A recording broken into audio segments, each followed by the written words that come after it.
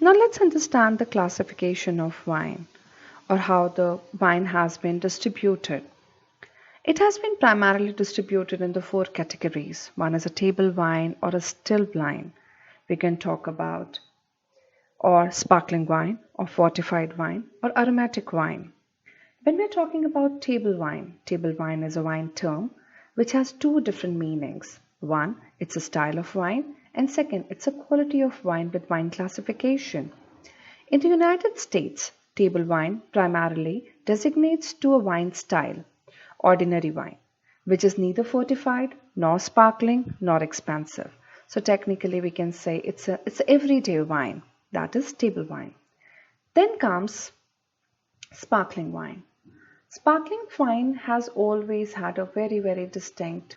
Sparkling wine is a wine with significant level of carbon dioxide in it, which makes it very fizzy. In European Union countries, the world champagne is reserved by law only for sparkling wines from the Champagne region of France. So now we understand that champagne is also a type of wine or a sparkling wine. So the major difference between the sparkling wine and still wine is that sparkling wines have dissolved carbon dioxide in it. So you can find some bubbles effect in it during second fermentation process. During the process, winemakers makes a mixture of few grams of yeast and sugar which is added to still wine which produces carbon dioxide in it. Then comes fortified wine. Fortified wine is a wine to which the spirits of the distilled beverages like brandy are added. In order to increase the alcohol content of the wine, the spirits are added before the fermentation process is complete. This kills the yeast, leaving the residual sugar behind. Thus, the fortified wine have mostly a certain residual sugar, but they can also be dry. Many varieties of the fortified wines are developed across the world. The most common and famous fortified wines are port wine, sherry, Madeira, Vermouth. The famous regions for producing fortified wines across the globe are France, Italy, Spain, Portugal, etc. Most of the fortified wines have been named from where they are produced, so technically the place of origin will play a very important role while introducing or launching the right fortified wine. And the wine with the regional names will have distinct style or different flavor to it. Then comes aromatized wines. These are the wines which has certain aroma or which has certain flavor to it. They are very delicious. They are invigorating wines and they are often been known as the aromatic wines because they are known for their aroma or a distinct flavor which induces or ignites the taste buds of the people who are about to consume it. In this, it is very important, or often this is considered as a sign of curiosity where people do try to know that what type of grapes produce what type of wine. So grape varieties which are used to make the sparkling wine are Chardonnay, Pinot Noir, or Chenin Blanc, or Muscat. What exactly would that be? Variety of grapes which would be involved in producing some of the finest champagnes which are highly been recommended or being consumed across the globes. They are widely being made by red grapes. The red wine grapes are pressed immediately after harvesting to get the white juice. Hence, they are called as white from black. At the same time, some sparkling wines can be produced from white wine grapes as well.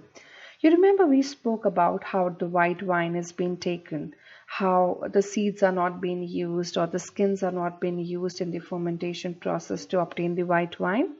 Right. So here we are talking about some of these sparkling wines can be produced from the white wine grapes to get more delicate sparkling wines. They are called white from white. As we spoke about table wine earlier as well, table wines are generally pretty and are very famous out on tables across the world. The reason behind it is easily reachable if you're at the right age to purchase alcohol. Different regions that have different designs towards table wine. The United States designed table wine as an ordinary wine that is neither a fortified nor a sparkling, whereas European wine regulations view table wine as a lower quality category of wine. Some of the popular table wines are Cabernet Sauvignon, Merlot, Chardonnay, Adam's Apple, Muscat, Port, Pinot Noir, Double Decker Red. Here we are talking about the popular type of table wine, red wine, which is primarily known as Vin de Rouge, white wine, which is known as Vin de Blanc. Then comes rose wine, which is known as Vin de Rosé. Then let's understand what is a red wine or what Vin de Rouge is. So let's understand, as we all know, wines are made up of black grapes. So production of a red wine is quite similar to making white wine, but only with the addition of a grape skin, grape pip, and seed incorporated into the fermentation process, we can have a different flavor to the wine.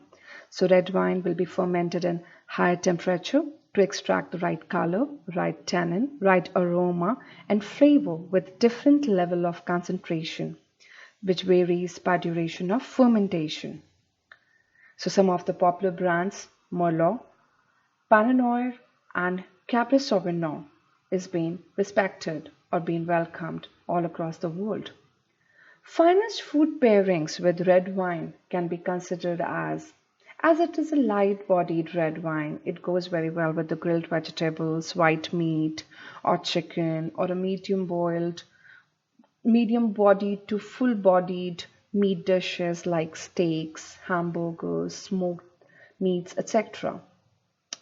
So with Asian dishes, we can say they go the best.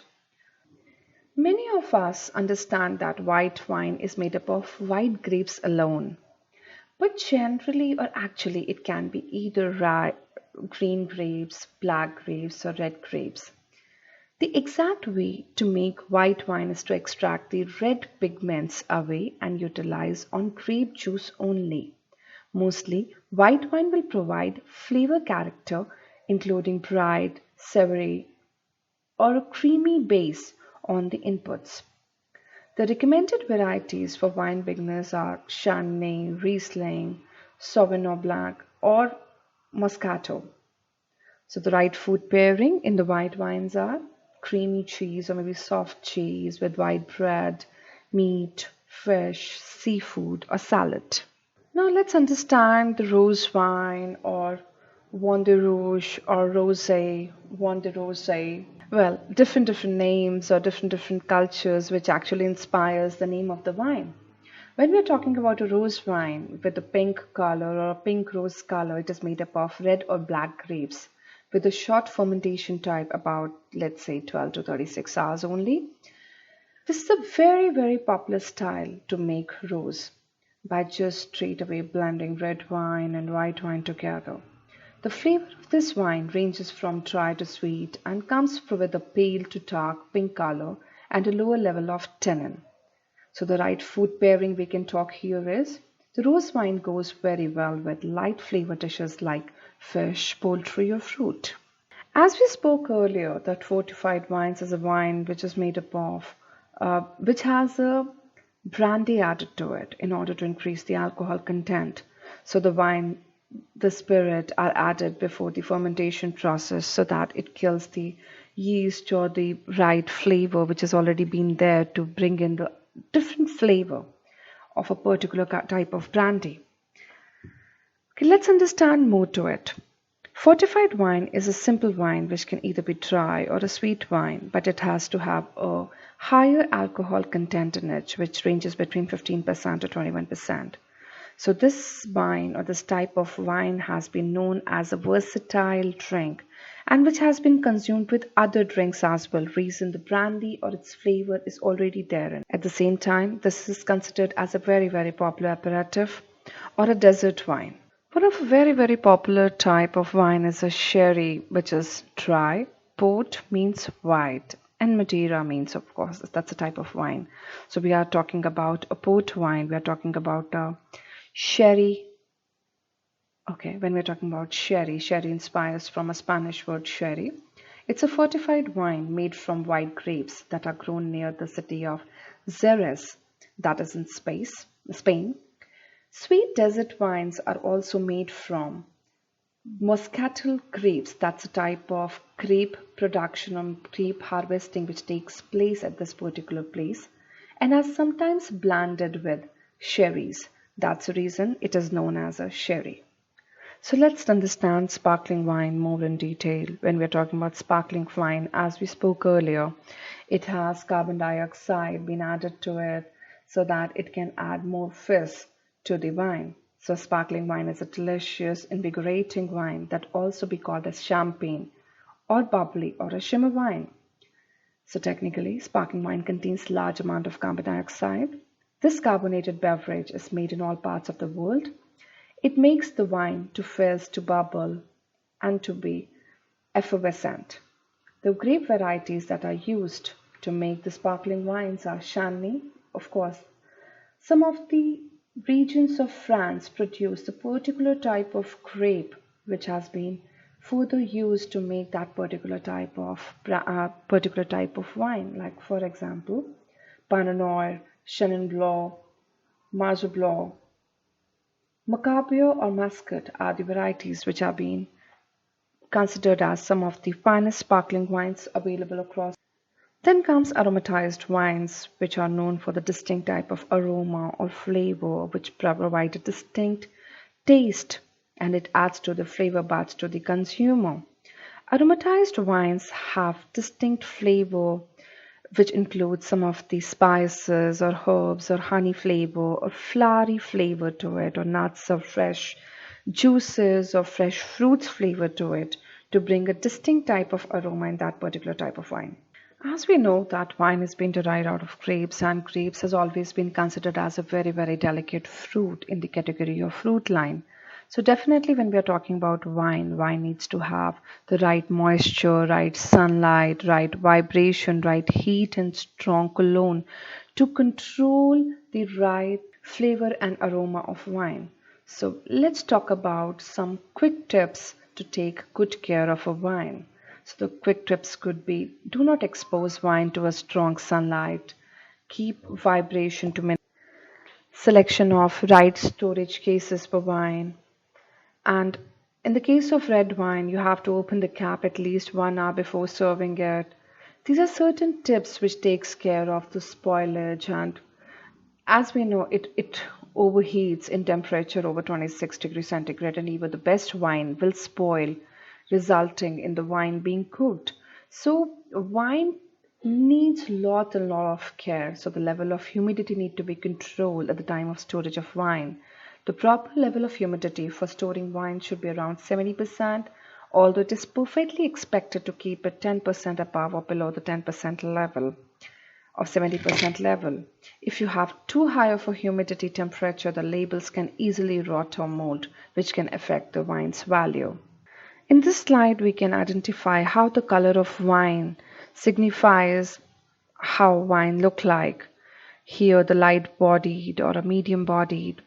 Do see the color of wine. The color of wine talks about the flavor, the aroma, the temperature it has been made in, the right technique or technology, the right temperature it has been served or maintained with. How grapes has been nurtured well to obtain the pale yellow color. How the pale yellow color must have been derived out of red grapes or black grapes. How red wine has been derived out of green grapes. So there's a lot of technology and technique involved in harvesting. More to it, we need to understand some of the finest characteristics of wine, which talks about the sweetness part of it, wine being dry or it being vintage or non-vintage. Let's understand what the sweetness is, how sweet or dry the wine is. Our human perception of wine starts at the tip of our tongue. Often, the very impression of a wine is at its level of sweetness. So, to taste sweetness, focus your attention on the taste buds on the tip of your tongue. Are your taste buds tingling? An indicator of sweetness? Believe it or not, many dry wines can have a hint of sweetness to make them more full bodied. So, if you find a wine you like has residual sugar, you may enjoy a hint of sweetness in your wine. Simply put, a wine that is dry will still taste of fruit is just won't have the sweet, juice-like flavor that a wine often has. That is basically the perfect type of dry wine we are talking about, which have a residual sugar level of 0.5% or less. So dry wine is simply a wine which has no residual sugar in it, meaning it is unsweet. It makes it a dry wine. So the winemakers will instead let the fermentation process finish completely, allowing the yeast to consume all the sugar present. So no more sugar, no more sugary sweetness, so the wine is therefore dry. Now let's talk about what makes a wine vintage. Vintage, old, glam. Okay, so when we're talking about vintage wine, it is one made from grapes that were all or primarily grown or harvested in a single specified year. In certain wines, it can donate quality as a port wine, where port houses make and declare vintage port in their best years. But the characteristics or the guide which identifies or distinguishes the wine from its original flavor or type is its sweetness, the acidity level in it, the tannins level in it, the fruity flavor, or its body. So you remember the first slide we spoke about in the presentation, which had all the distinction in it. Let's talk about non-vintage wines. So non-vintage wines are typically blended ones. These wines are made up of grapes which has been harvested or kept or nurtured, fermented over multiple years to create a consistent flavor profile from year to year. And these wines are mostly associated with champagne or fortified wines like port or sherry. The winners are also blend multiple vintages to produce consistent table. So technically we can talk about vineyards having a particular type of wine cycle, or they have been known to produce particular type of non-vintage profile wines. So they have been constantly producing that particular type of wine with using the same technology. And henceforth we can talk about non-vintage wines being popular across the world. So many, as a wine word, non-vintage is most often used in regard to champagne and sparkling wines as we just spoke about. It may be used with fortified wines like port, sherry, or Madeira. If a wine does not carry a vintage year, it is generally described as a non-vintage. So when we are talking about wine being aged over years or kept over years, so that is a vintage. And the wine which is comparatively fresh or has been just come out of vineyards, that can be considered as a non-vintage wine. Some of the top producers of non-vintage wines are Italy, France, Spain, USA, Argentina, Australia, China, South Africa. China again, of course, because China has been exploring a lot these days and becoming or trying to become a very big producer of grapes. This slide talks about the culture of wine production, how the grapes are being sorted, the harvesting season, how the extraction of juice process takes place, and the fermentation process, the pressing process, the aging process, then the packaging process, and then the serving process of the wine. So right from the vineyard to the table, how the wine travels, the whole travel journey of a wine or a making of a wine. Let's talk about wine exportation in the world.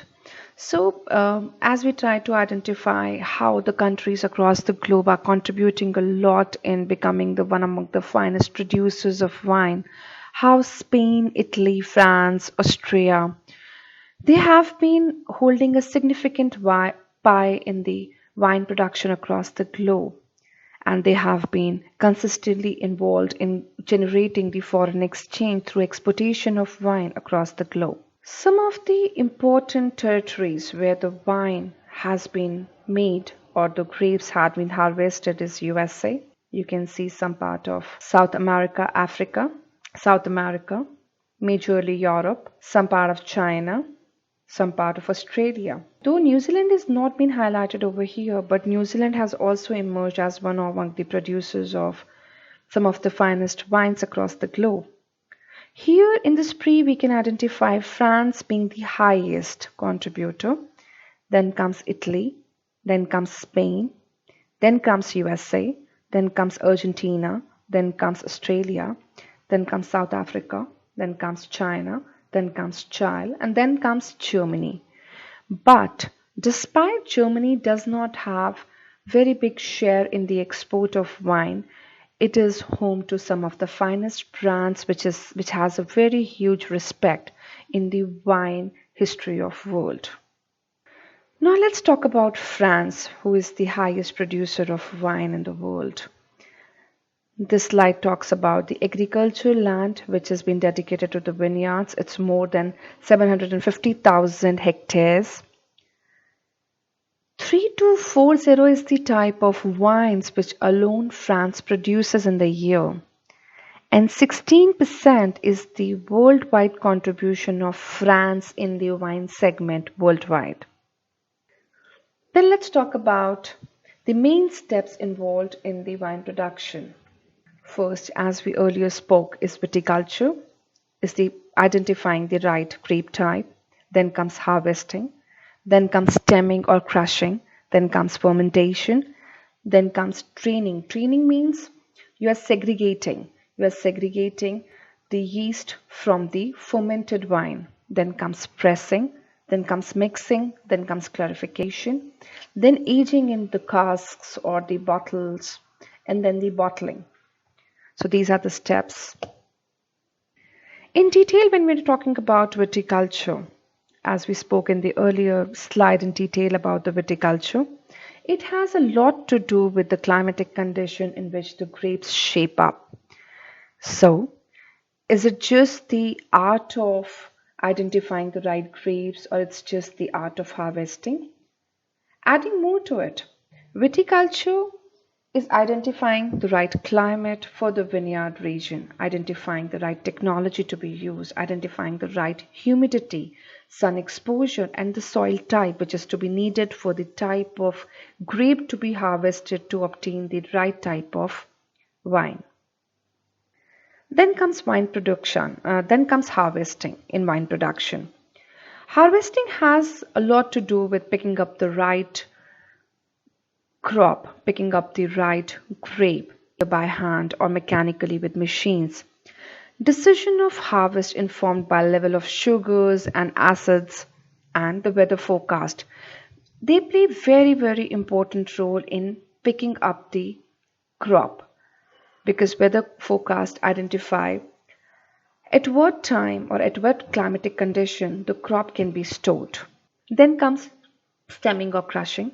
Stemming is the separation of stems and grapes, and then crushing. Crushing is the process wherein you break the grapes, separate the fresh juice from the skin. So, fresh juice is known as must, and skin is known as marc. So, separate the marc from the must. If you remember, we spoke about how white wine is being made or how red wine is being made. So, crushing is the process which identify that which particular segment of crop will go in which type of wine. So after crushing, then starts the fermentation process. Fermentation process is basically where the sugar and acids that naturally react with wild yeast. Along with wild yeast, like for example, to create the fortified wine as the brandy is being used, or other flavors are being used to create the right aromatic wines. At the time of fermentation process, vineyards add yeast as per the flavor, or the chemists decide the type of flavor to be obtained with that particular type of fermentation process. So it may take between 10 to 30 days to convert the natural sugar to alcohol. So technically in dry wines, we allow the whole grains, the whole yeast to produce the alcohol, the whole sugar to get dried and further become an alcohol. Then training is the process where the liquid wine is drained from the vat without being pressed, and we allow them to go into barrels in a free run. They basically create a right aroma, right texture, or right body in the wine. So the remaining pulp retains about 20% of the wine, which is further being extracted. Then comes pressing as the process. Pressing is the process to obtain, after draining, the remaining pulp, which is further being squeezed to obtain the press wine. The press wine tends to be dark, harsh, unpalatable, and is mixed with free run wine to produce something decent. So the whole crop is being used despite it has been it has been pulp, or it has been taken out in the free flow. The whole crop is being used to obtain the right flavor. Then comes the mixing of the process. Mixing is to obtain the right ratio in the desired balance to obtain the right freedom of a wine. Then comes clarification as the process. Clarification is the process which stabilizes the fermentation, which removes the solids from the liquid, which brings out the finest texture of wine, which brings the right liquid, and which creates the fermented vats from the solids have settled from the bottom, and therefore which segregates the liquid from the solid and get it settled in the casks. Then comes aging. Aging is the final step in vinification, where the wine is being allowed in the vats, metal vats, or wooden barrels. That's the choice of the viticulturist or the vineyard people behind, or the technologist behind.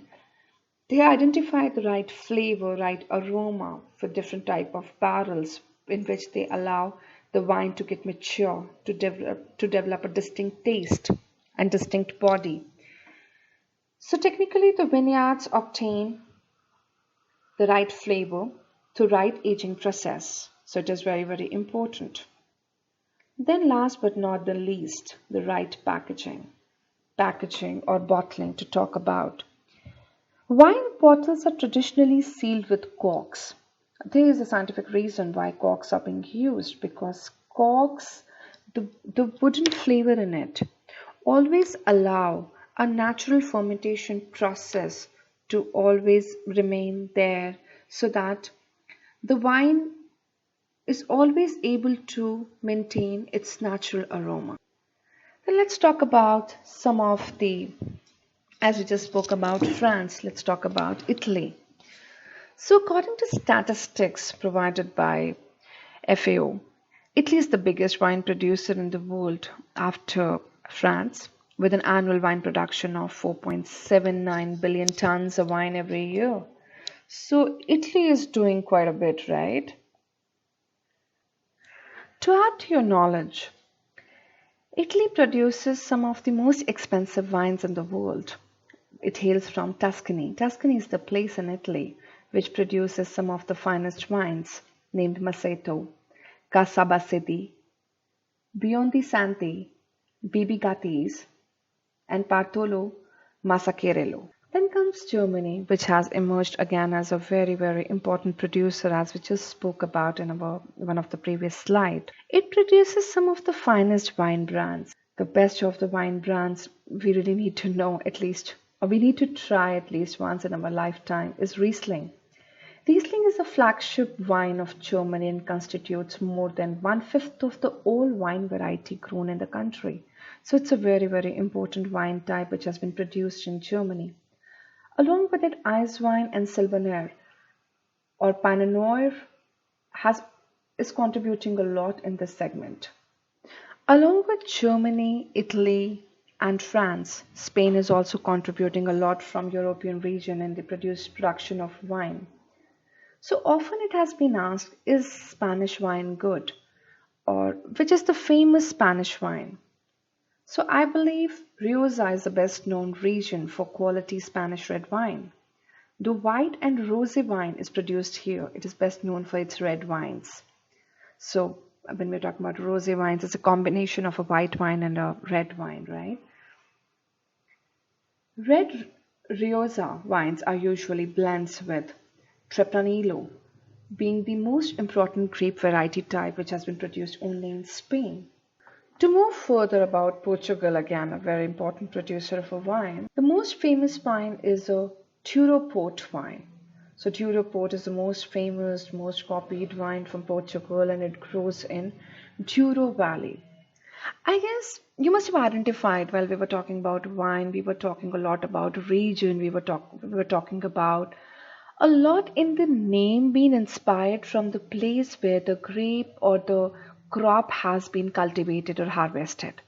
So when you will learn more about the laws of wine, you will identify that the name of wine has a lot to do with the place of origin where it has been cultivated. America has always been an alma mater in whatever America has been doing, might it be technology or agriculture or production. So why do we forget? In wine also they have been contributing a lot. So some of the major brands which hail from America are Black Box Wines, Yellow Trails, Francia, Apothec, Chateau, Candle Jackson, Reserve Wines, or Jackson Family Wines. Apart from this, US wines are also been known for their distinct flavor since they hail from a different side of globe. So they have a distinct flavor and taste which add to a distinct type of wine. With this note, thank you so much for today. I guess we were able to speak in detail about how wine is being made, how wine is being produced, how the crop is being cultivated, how from a right cultivator or right technician or right person with the right vision, with the right scientific method or an art, or with the right cycle or steps involved, with the help of right atmosphere, culture, its altitude, soil type. The cultivators across the globe have been able to bring in the right wine, being packaged or bottled or being stored and served with the right aroma, with the right food type. Thank you so much for today. I hope this knowledge was quite valuable to all of you.